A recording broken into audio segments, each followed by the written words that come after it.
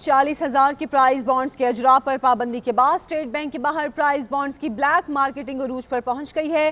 State bank के अहकामात के बाद जहां एजेंट्स की चांदी हो गई है, वहीं शहरियों के लिए प्राइस बॉन्ड्स की वापसी का अमल मजीद दुश्वार हो गया है।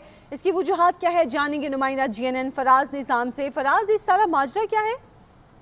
जी देखिए, हुकूमती ऐलान के बाद से ही बहुत ज्यादा रश देखने में नजर आ रहा है। स्टेट बैंक के बाहर और अंदर भी जो शहरी हैं, जो 40,000 के बाउंस हैं वो जमा कराने और फरोख्त कराने के लिए स्टेट बैंक पहुंच रहे हैं, लेकिन उनको बहुत दुश्वारी का सामना भी करना पड़ रहा है। शहरियों का कहना है कि बैंक के अंदर जो प्रोसीजर है वो सुस्त रवि का शिकार है, इसलिए बाहर जो एजेंट माफिया है उसको वो अपने जो बाउंड हैं वो फरोख्त कर रहे हैं, उसमें उनको 3 से 4 हजार रुपए का नुकसान उठाना पड़ रहा है, क्योंकि जो एजेंट माफिया है वो इस मजबूरी का, जो शहरियों की मजबूरी है उसका फायदा भरपूर तरीके से उठा रहा है। और वो उनके जैसे वो कोई भी शहरी अपना बाउंस में 40,000 रुपए के वो जमा फरोख्त करने के लिए चाहता है, तो एजेंट माफिया जो है वो कहता है कि 3 से 4 हजार रुपए कम पे बाउंस जो है वो लिए जाएंगे, और शहरी दे भी रहे हैं। तो शहरियों का ये कहना है कि जब वो अंदर जाते हैं उनको फॉर्म मिलता है, फॉर्म फिल करना पड़ता है और काफी लंबा प्रोसीजर है और सुस्त रवि का शिकार है